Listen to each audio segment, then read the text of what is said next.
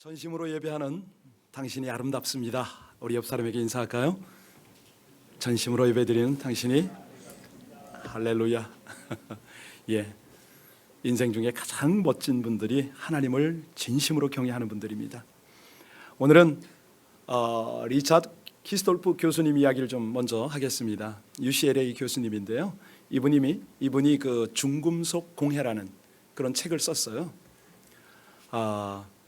사람들이 특히 그 치매 환자들이 죽었을 때 그 뇌를 해부해 보니까 그 치매 환자들 뇌에 그 골이가 있지 않습니까? 그 골에 특별한 이물질이 쌓여 있었다고 그러죠.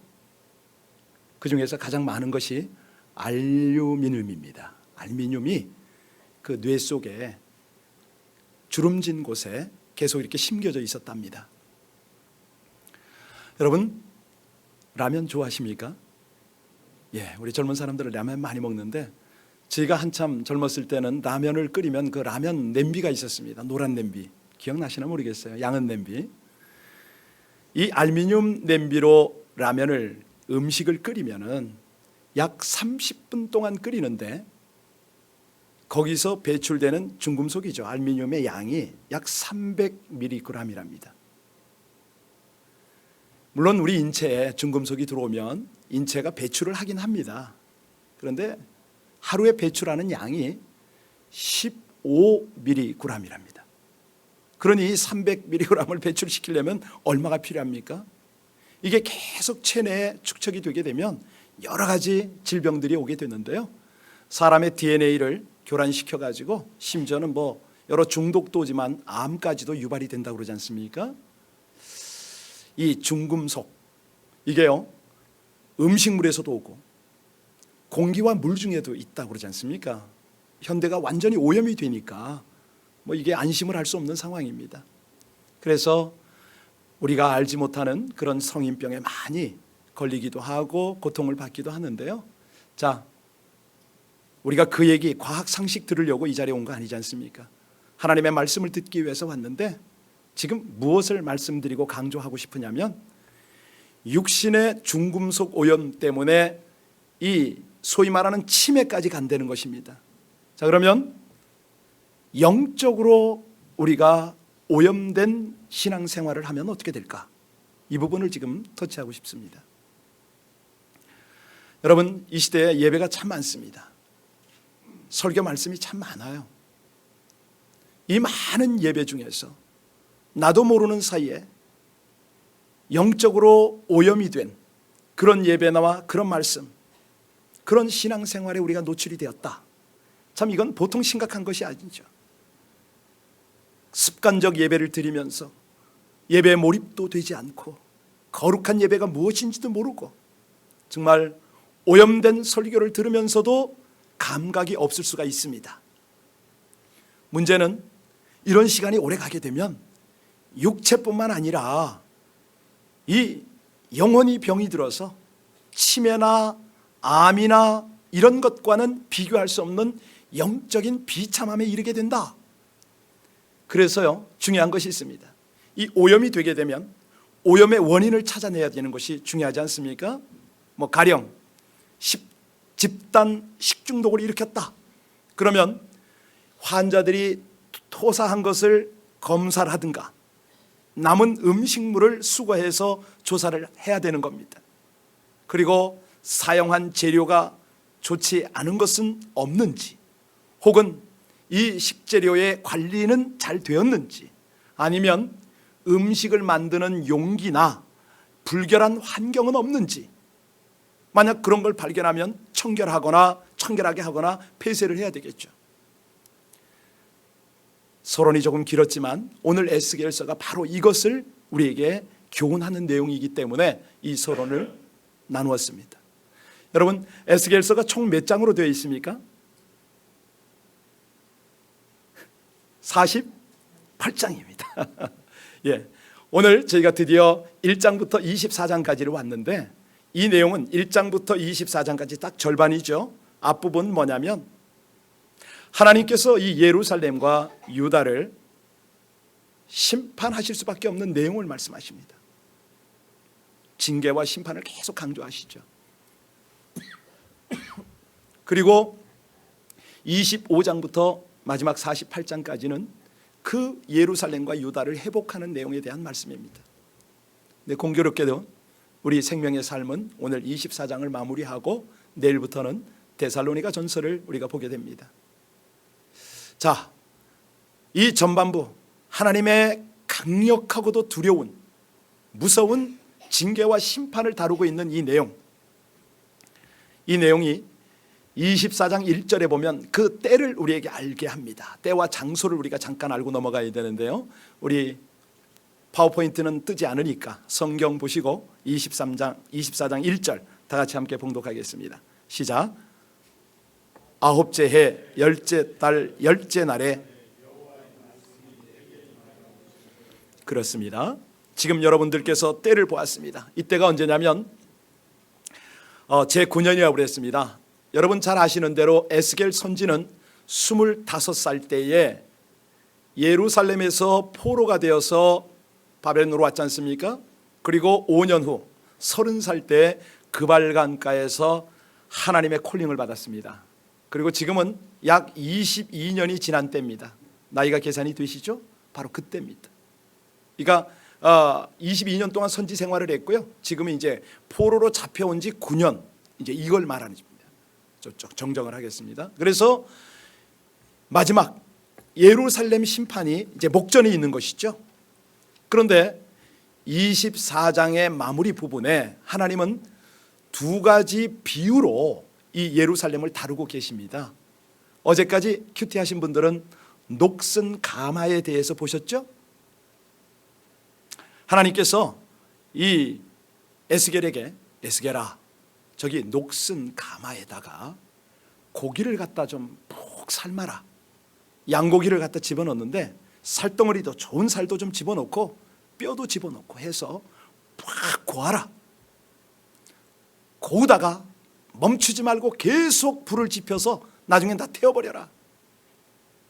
물이 다 마를 때까지 태우고 고기가 다 타버리고 뼈도 녹아서 사라질 때까지 그 솥을 태워라. 여러분, 아무리 하나님이지만 좀 이상한 그런 지시를 한다고 느끼지 않으세요? 도대체 무엇을 상징하길래 저렇게 놋 가마솥을 저렇게 다 태우라고 하실까? 여기서 놋 가마는 예루살렘을 상징을 합니다. 그리고 그 속에 담겨있는 고기들은 예루살렘 성에 거주하는 거민들이고, 좋은 고기는 이제 지도자들을 말하는 거고요. 자, 이 모든 것들을 태워라. 왜 그러셨습니까? 우리가 알거니와 이 솥 속에서 중금속이 나오면 백성들이 다 죽잖아요. 오염이 될 거 아닙니까? 도대체 하나님은 어떤 상징적 의미로 녹이 다 사라질 때까지 솥을 태우라고 하셨을까? 네. 이미 여러분들께서 큐티를 하신 분들은 아십니다. 예루살렘, 그 중에서도 성전, 그러면 하나님을 예배하는 곳 아닙니까? 그런데 이 예루살렘과 성전이 타락을 했는데 어느 정도 타락했느냐? 성전 안에 우상을 섬겼습니다. 그것도 하나님께서 가증스럽게 여기거늘 가장 심각했던 것이 뭐냐면, 참고로 여러분 오늘 설교 수위가 조금 높습니다. 이해하시고 들으셔야 됩니다. 가장 하나님이 가증스럽고 역겹게 느낀 것이 있으니 그것이 뭐냐면, 우상을 숭배하는 정도가 아니라 하나님을 우상 수준으로 끌어내려 가지고 하나님을 우상처럼 섬겼다. 이 부분에 대해서는 하나님의 마음이 찢어진 거예요. 여러분, 어떻게 하는 게 하나님을 우상처럼 섬기는 겁니까? 거래하는 거. 하나님, 저 예배 왔는데 이 예배 받으시고 제 문제 해결해 주셔야지요 하는 거래.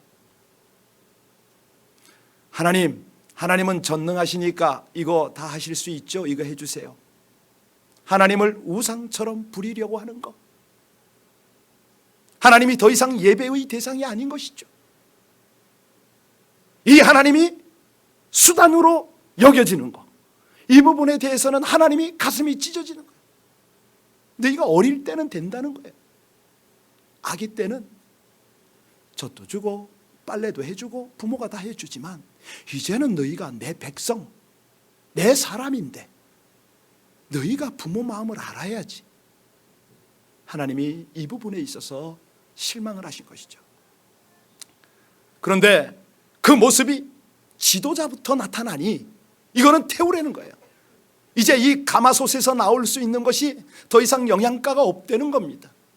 고기가 병들어서 그게 오염되는 게 아니고 가마솥에 들어가기만 하면 영적으로 피폐화가 되고 저 영혼들이 죽어가니 예배의 감각이 사라지니 영적 문둥병자가 되니 이 일을 어쩌면 좋으냐? 가마솥 태워라. 결과가 뭡니까? 말씀하신 대로 바벨론이 1차, 2차, 3차 침공을 해서 예루살렘 다 멸망시키는 것이죠. 결론은 아주 간단합니다. 심플한데 내용을 우리가 이해를 해야 됩니다. 왜 하나님이 이렇게 일을 하시는가? 에스겔에게 무엇을 부탁하시고 싶으신 건가? 그런데 여러분, 이 바벨론 심판이, 아니 예루살렘이 완전히 망하고 이제는 초토화가 되는 이 상황 앞에서도 이 백성들이 정신을 못 차립니다. 안 되는 거예요. 말이 먹히질 않아요. 그래서 오늘 여러분과 제가 읽었던 15절부터 27절까지의 내용은 뭐냐면 선지자 에스겔의 아내가 죽는 장면이 나옵니다. 여러분, 말이 됩니까? 하나님이 당신이 사용하는 일꾼의 아내를 거두어 간다. 말이 됩니까 이게? 어떻게 느끼세요? 이분이 과연 하나님 맞습니까? 우리가 이 부분을 조금, 오늘은 제가 이 수준이 좀 높다고 말씀드렸는데 좀 부담이 되더라도 하나님의 역사의 교훈을 우리가 한번 받아야 됩니다. 여러분, 예레미야 선지 그러면 누구로 느끼세요? 예레미야 그러면 별칭이 붙은 게, 그렇죠, 눈물의 선지자. 왜 울었습니까? 하나님의 백성들이 망해가는 모습을 보고 하나님의 마음을 느끼고 통곡하며 주님께 중보하고 백성들을 설득했던 눈물의 선지자 아닙니까? 이 예레미야 결혼했습니까? 안 했습니다. 그냥 홀몸으로 살았어요. 끝까지. 왜 그랬습니까? 왜? 그때는 일부 다쳐라. 아내도 많을 텐데 왜 혼자 끝까지 이렇게 살았습니까? 하나님께서 교훈하시는 것이 있죠. 이 예레미야의 일생을 통해서 교훈하는 것이 있어요. 자, 교훈이 안 느껴지시면 호세아를 좀 한번 말씀드려 볼까요? 에스겔보다는 약 1000몇백 년 전에 살던 호세아 선지 아시죠? 호세아 선지가 누구와 결혼했습니까? 고멜. 고멜이 어떤 여인이죠? 음란한 여인, 창녀였어요. 싫다고 그런 거야. 하나님, 저 혼자 살아도 되니까 전 그렇게 음녀하고 살 수는 없죠. 아닙니다라고 거절했어요. 그럴 때 하나님 뭐라고 그러셨죠? 아니야, 데리고 살아. 막상 살아보니 어쩝니까? 또 떠납니다. 아니, 처음부터 자식을 낳았는데 자기 자식이 아닌 거예요.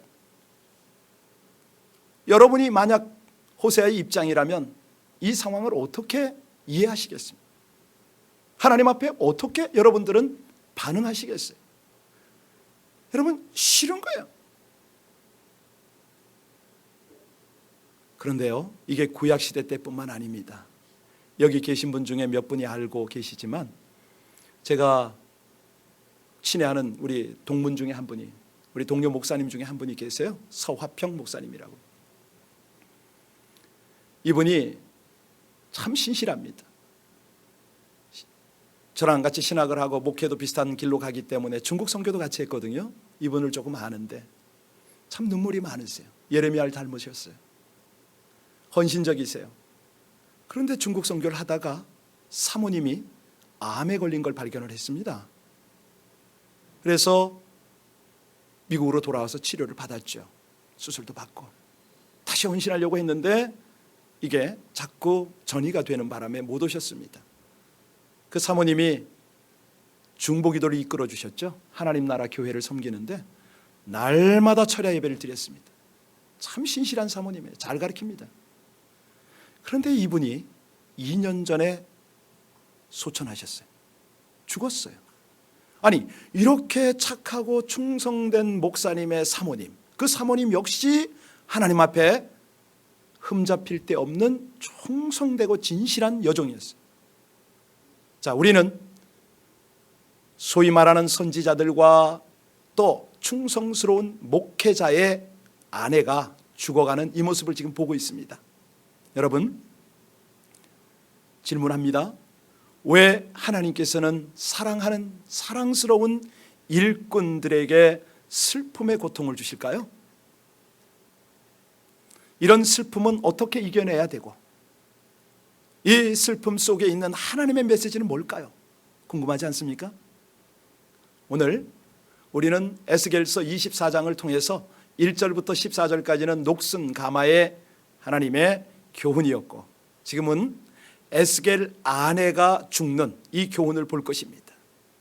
혹시 여러분 이스트, 웨스트, 홈스, 베스트 이런 말 혹시 아세요? 동서사방 다 돌아봐도 집만 한 게 없다, 집이 최고다, 뭐 이런 영어 속담인데요.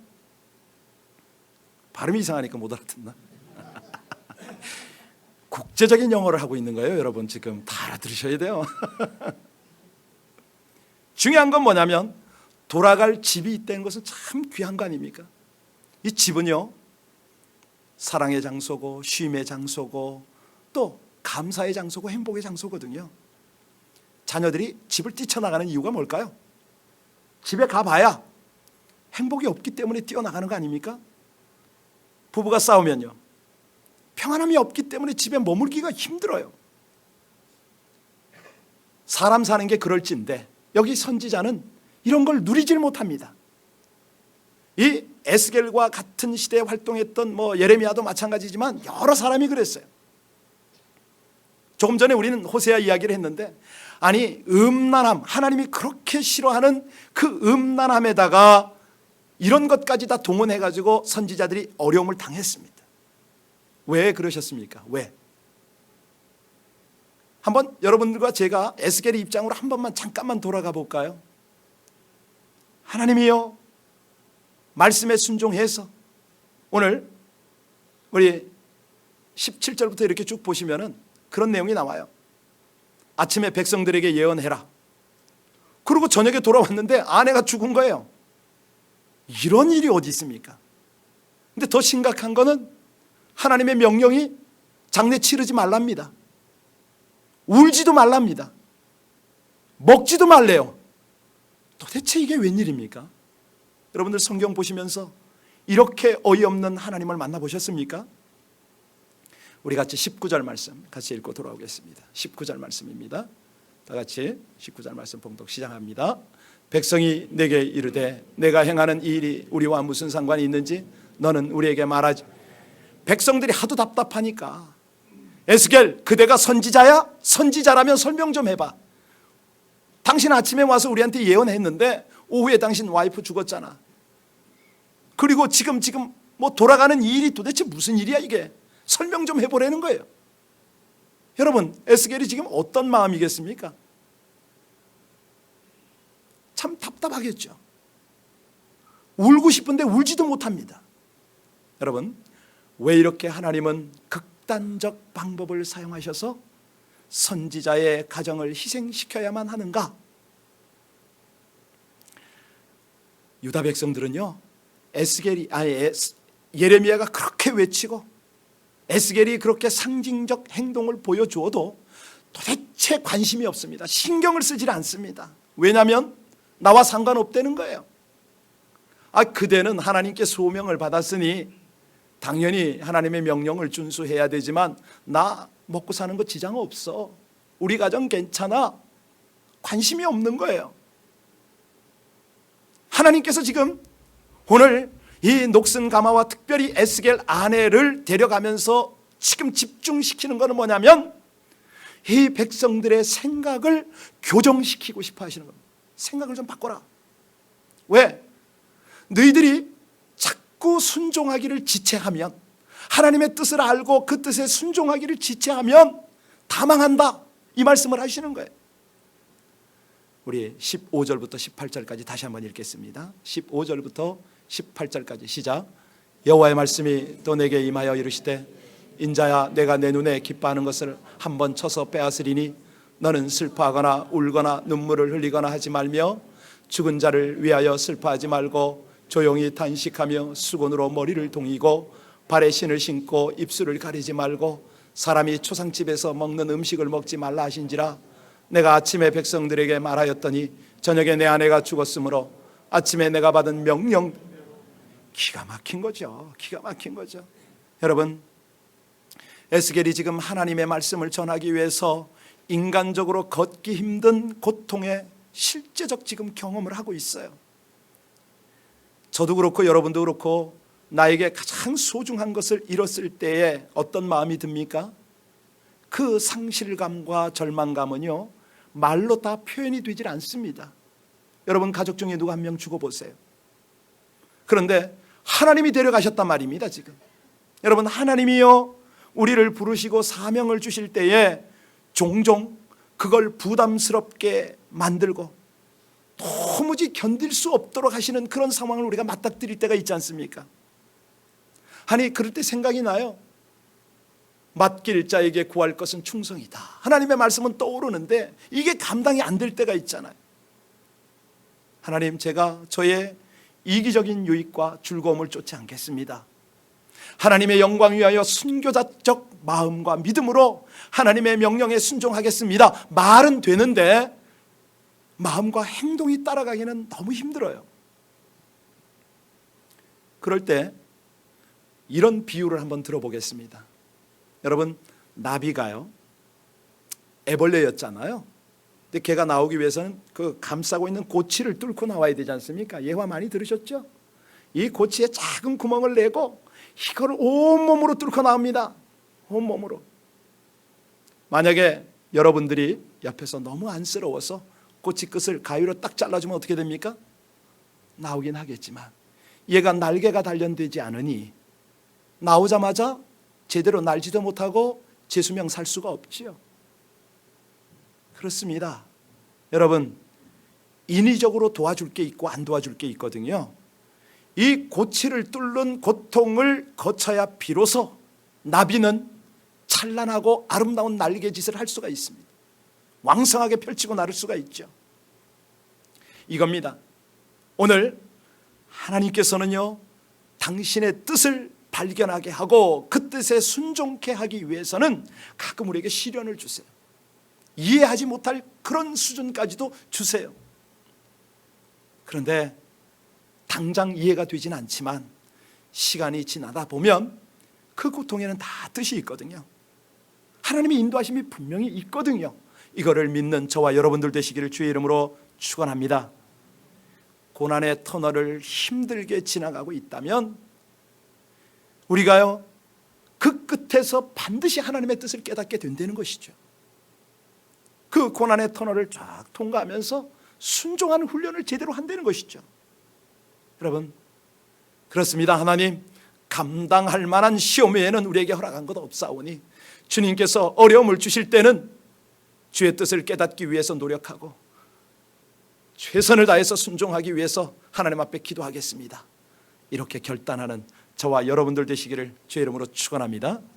그렇습니다. 우리 녹가마를 완전히 태워버리는 하나님의 심정, 에스겔 선지의 아내를 데려가시는 이 하나님의 마음, 이거를 조금 우리가 알 필요가 있어요.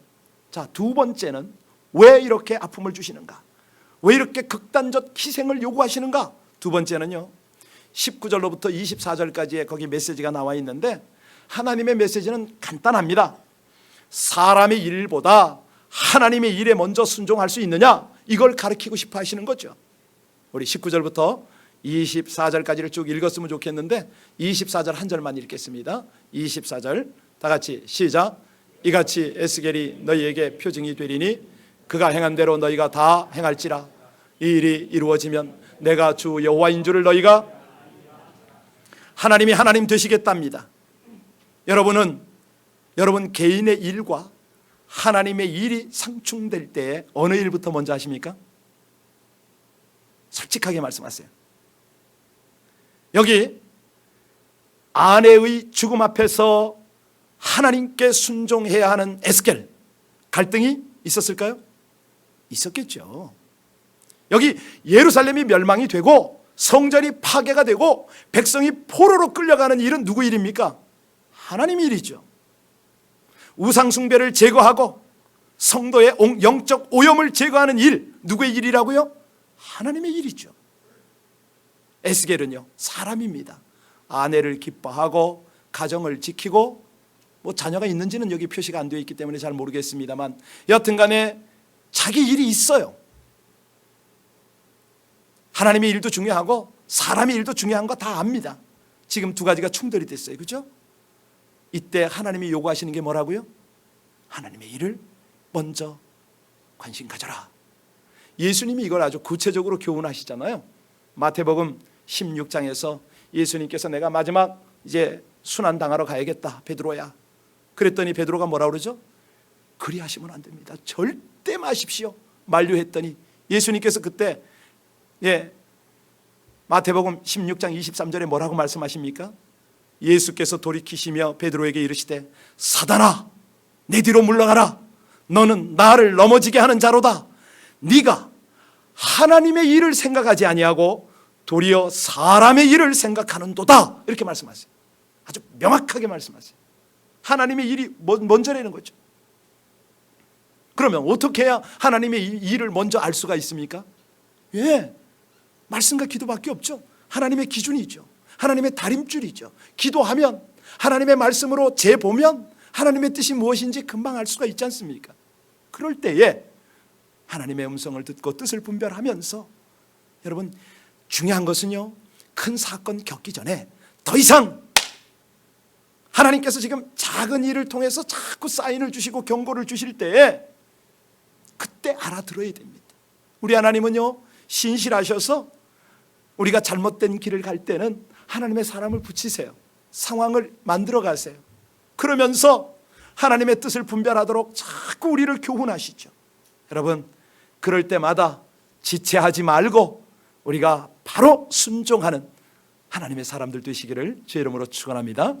세 번째 오늘 메시지의 의미가 뭐냐면, 이렇게 선지자 가정을 희생시키고 사역자들을 희생시키는 하나님의 목적이 뭘까? 중요한 것은요, 육적인 것보다 영적인 걸 말씀하시려고. 다시 말씀드립니다. 현세보다는 내세를 우리에게 심기 위해서 하나님의 역사가 여기 있는 겁니다. 자, 25절 같이 읽겠습니다. 시작. 인자야, 내가 그 힘과 그 즐거워하는 영광과 그 마음이 간절하게 생각하는 자녀를, 자, 누구를 데려간다고요? 어디로 데려갑니까? 우리가 이런 내용들을 보면은 보통 사람들은요, 내세, 그러니까 다가올 세상, 미래의 세상보다는 지금을 중요하게 생각합니다. 지금 복 받았자는 거죠. 물론 내세가 됐던 현세가 됐던 다 둘 다 하나님의 복을 받으면 금상첨화겠지만, 중요한 거는요, 이 내세와 현세가 부딪힐 때가 있어요. 오늘과 미래가 부딪힐 때가 있잖아요. 그렇죠? 그럴 때 어찌해야 됩니까? 짧은 거를 희생시키고 영원한 거를 선택을 해야 되겠죠. 하나님이 그걸 지금 가르치는 거예요. 에스겔아, 내 아내를 내가 데려간다마는 그 아내 어디 있겠느냐 이거죠. 어디로 데려가냐 이거죠. 어떤 이들은 그런 말을 해요. 에이, 그래도 지금 세상이 실체지요. 지금이 진짜죠. 지금 보이는 게 더 중요하지요. 내세는 꿈 아닙니까? 그건 미래 아닙니까? 여러분, 아니에요. 이건 착각입니다. 중요한 건요, 현세가 꿈인 거예요. 지금이 꿈이에요. 지금이요. 눈에 보이는 게 꿈이라고요. 지금 살아가고 있는 건 하룻밤 꿈이에요. 그래서 예수 안 믿어도요, 일장천몽이란 말을 써요. 그렇잖아요. 영원한 건 영원한 거예요. 미래는 영원한 거예요. 정말로요, 장가 못 갔던 예레미야, 천국 가면 무슨 일이 있을까요? 말할 거 없지요. 에스겔이요, 천국 가면 무슨 일이 있을까요? 그렇게 오매불망 사모하던 아내가 기다리겠죠. 호세아 어떻게 될까요? 거기서 위로받죠. 거기서 하나님과 영원한 평강을 누리겠죠. 여러분, 그렇습니다. 현세에서 하나님을 위해서 희생하면 하나님께서 내세에서는, 영원한 나라에서는 만배 억만배로 갚아주실 줄로 믿으시길 바랍니다. 그렇습니다. 뭐 현세에서 내가 하나님께 심어 드리는 것이 없는데 내세에 가서 받을 건 기대하지 마십시오. 사실은 뭐 저희같이 선교사 출신들은요, 선교지에서 그 잠깐 헌신했는데 이 세상에 지금 살다 보면요, 도대체 감당할 수 없는 하나님의 은혜를 받아요. 물론 지금도 제가 뭐 변변한 거 없습니다. 집 한 채 없고 보험 하나 없지만은 하나님께서 미국 왔더니 오바마 케어 탁 주셨죠. 뭐 2002년식이지만 토요타 하일랜드 기가 막힌 차 끌고 다니죠. 그것뿐인지 아세요? 여기 장로님들 집들 괜찮은 거 있거든요. 다 제 집입니다. 장로님 아멘? 할렐루야. 뭐 누가 여기 벤츠도 타고 다니는데 그 차 내 차입니다. 집사님 좀 빌려주세요. 그러면 아멘이에요? 뭐 노면이에요? 할렐루야, 그거죠. 예, 다 제 거예요. 다 우리 아버지 거니까. 예? 얼마나 부자입니까? 그렇다면 여러분들은 하나님을 위해서 어떻게 순종하며 살아가시고 무엇을 희생하고 살아가십니까? 베드로가 그런 말을 하죠. 마태복음 19장 27절에 우리가 모든 것을 버리고 주를 쫓았는데 그런즉 우리가 무엇을 얻을 수 있습니까? 예수님께 마태복음에서 이렇게 질문했어요. 그랬더니 예수님이 참 재밌어요. 마태복음에서 질문을 받고 마가복음에서 대답을 하시더라고요. 거기 뭐라고 대답하시냐면, 예수께서 가라사대 내가 진실로 너희에게 이르노니 나와 및 복음을 위하여 집이나 형제나 자매나 어미나 아비나 자식이나 전토를 벌인 자는 금세에 있어 집과 형제와 자매와 모친과 자식과 전토를 100배나 받되, 근데 그냥 받는 건 아니에요. 핍박을 겸하여 받고 예, 이건 현세입니다. 내세에는 영광을 받지 못할 자가 없느니라. 할렐루야. 얼마나 기쁩니까? 지금 IS에게 또 수많은 회교국가 이교도들에게 희생당하는 이들 한결같이 하나님이 챙기시는 거죠. 여러분, 이 에스겔 아내가 죽고 예루살렘 성전이 완전히 초토화가 되는 이 사건을 통해서 하나님이 주시는 메시지 분명히 아시겠습니까? 내세가 중요해야 되는 거 아닙니까? 이거 실감이 안 나는 분들을 위해서 그래도 또 이 시대에 예화가 또 들어가야 이게 딱 이해가 되죠. 여러분, 세계적인 명마를 훈련하는 방법 들으셨죠? 그 유럽의 황실들에서 명마를 사들일 때 그 훈련받은 말들을 어떻게 고르냐면 보통 사우디아라비아 쪽에서 훈련을 시킵니다. 이때 훈련할 때 좋은 말들을 다 데려다가 사막에 풀지요. 한 3일간 먹이도 주지 않습니다. 기껏해야 새벽에 이슬이 좀 내리면 그걸 핥아 먹을까요? 이렇게 굶주린 말들을 3일 만에 데리고 와서 푸른 초장, 맑은 물가 앞에 딱 갖다 놔요. 어떤 기분일까요? 말 입장에서 보면 당장 달려가고 싶겠죠. 그런데 말 조련사는 항상 휘슬로 말들을 멈추고 가게 하거든요. 딱 풀밭 앞에 물 앞에 갖다 놓고 말들이 어떻게 하는 걸 봅니다. 그러면 10중 8구는 다 쏜살같이 달려가잖아요. 그럴 때 휘슬을 쫙 봅니다. 멈춰라. 그때 대부분의 말은 물을 마시고 풀을 뜯겠지만 멈추는 몇 마리의 말, 이 말을 명마 삼아서 왕실에 납품을 한다고 그러죠. 이게 세계적인 명마입니다. 그렇습니다. 여러분, 성경에 보니까 제사보다 예배보다 나은 게 뭐라고요? 순종이 예배보다 낫다. 하나님 말씀하시잖아요. 여러분, 어떤 상황에서도요, 아니 말들도 그 정도라면 우리도 할 수 있지 않습니까? 사람이, 성도가 가장 지혜롭고 아름다운 순간이 언제인지 아세요? 하나님을 경외하고 그 하나님의 말씀에 순종하는 그 상황, 그때가 가장 지혜로운 거죠. 가장 아름다운 것이죠. 우리는 녹슨 가마를 태우고 에스겔의 눈에 기뻐하는 아내가 죽는 장면을 보면서 심각한 하나님의 메시지를 오늘 받았습니다. 여러분, 하나님이요 지금 왜 이렇게 철저한 심판을 자행하십니까? 유다 백성 눈에 기뻐하는 것은 다 쳐서 망하게 하겠다, 이 말씀 아닙니까?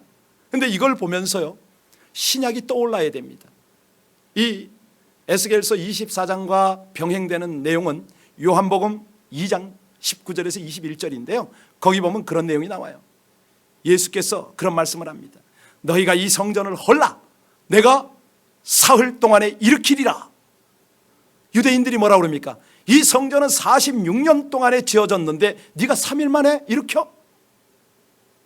그때 예수님이 뭘 가르쳐서 그 말씀을 하셨죠? 자기 육체를 가르쳐서 말씀하셨어요. 내가 죽어도 사흘 만에 부활할 것이다. 이제는 영원한 성전을 내가 완성할 것이다 그러셨잖아요. 그 하나님의 성전이 어떻게 지어져 가고 있습니까? 지금 여러분 안에 지어져 가고 있어요. 여러분 안에. 여러분 이걸 깨달아야 됩니다. 우리가요 우리 눈에 기뻐할 것이 딱 하나밖에 없습니다. 뭡니까? 참된 성전, 참된 순종, 바로 예수 그리스도죠. 그분만 보면 기뻐야 됩니다. 그분의 십자가만 보면 기뻐야 되겠죠. 세상 그 어떤 것보다도. 왜냐하면 하나님께 우리 주님만큼 철저하게 완벽하게 순종한 분이 어디 있습니까? 그랬더니 하나님이 어찌하십니까? 십자가의 피로 막힌 담을 헐어버리잖아요. 만물을 그 발 아래 복종하게 하시잖아요. 모든 우상 죄 다 도말해 버리시잖아요. 사망 권세 이기게 하시잖아요. 그래서요 우리 주님을 바라볼 때마다 여러분 속에 소망이 넘치시기를 주의 이름으로 축원합니다. 내 죄 사함을 받았다. 십자가를 볼 때마다 내 눈이 기쁘라는 것이에요. 내가 영생을 얻었다. 내 삶의 의미다. 내가 영원한 부활과 지금도 하나님과 교제하는 이 영적인 라이프, 바로 이 축복이 십자가에 있다. 이걸 기뻐하라고 하나님께서 말씀을 하셨어요. 오늘 수준 있는 설교를 좀 들으셨는데요 일반적인 설교 잠깐만 하고 넘어갈게요. 여러분 하나님께 순종만 하십시오. 그러면 갈릴리 혼인잔치에서 물이 변하여 포도주가 된 것처럼 엄청난 하늘복이 내립니다. 할렐루야. 좋으시죠? 여러분 어린 소년이 오병이어 물고기 2마리 가지고 5,000명을 먹이고 12강줄이 거뒀습니다. 순종만 하십시오. 할렐루야. 기분 좋으세요? 설교 맛이 나세요? 쉬우세요? 어마어마하게 많습니다. 모세처럼 순종만 하세요. 홍해바다 갈라집니다. 나만처럼 순종하셔서 요단강에 들어가기만 해보세요. 피부가 어린아이 피부가 됩니다. 할렐루야. 기분 좋으세요? 이렇게 설교할 수 있습니다.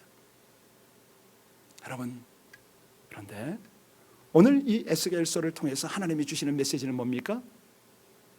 네, 그런 차원의 순종이 아닙니다. 그런 차원의 순종이 아니고요. 네, 우리가 하나님의 성전으로 더욱 성숙하고 성장해가는 그런 단계를 지금 말씀하시는 거거든요. 오늘 충분히 이해하셨습니까? 왜 하나님께서 이런 어려움을 주면서 순종을 요구하신다고요? 하나님의 뜻을 잘 분별하고 지체 없이 순종하라고. 이게 기적을 경험하는 길이라고 하나님이 알려주시는 거예요. 하나님의 뜻을 잘 분별하고 지체 없이 순종하라고 그랬습니다. 두 번째는 뭐죠? 네가 사람의 일을 먼저 할래? 하나님의 일을 먼저 할래? 어디부터 순종할래? 하나님이 그걸 우리에게 요구하셨습니다. 세 번째는 뭐죠? 현재를 중요하게 여길래? 미래를, 영원한 것을 중요하게 여길래? 어느 것을 위해서 순종할래? 하나님이 오늘 이 세 가지 메시지를 우리에게 던지셨습니다. 우리 어떻게 반응할까요? 찬양으로 한번 반응해 볼까요? 찬양으로. 좋습니다. 우리 함께 이 찬양을 할 때요, 이 찬양이 그냥 가사만 읊조리지 마시고요, 영혼으로 하나님, 제 영혼의 중금속, 이 찌꺼기 다 빠져나가고요, 제가 입으로만 순종하고 충성하는 것이 아니라 제가 십자가만 보면 기뻐할 것이고요, 제 삶에 어떤 십자가를 주셔도요, 저 나갈 것입니다. 이 마음 가지고 이 찬양을 하겠습니다.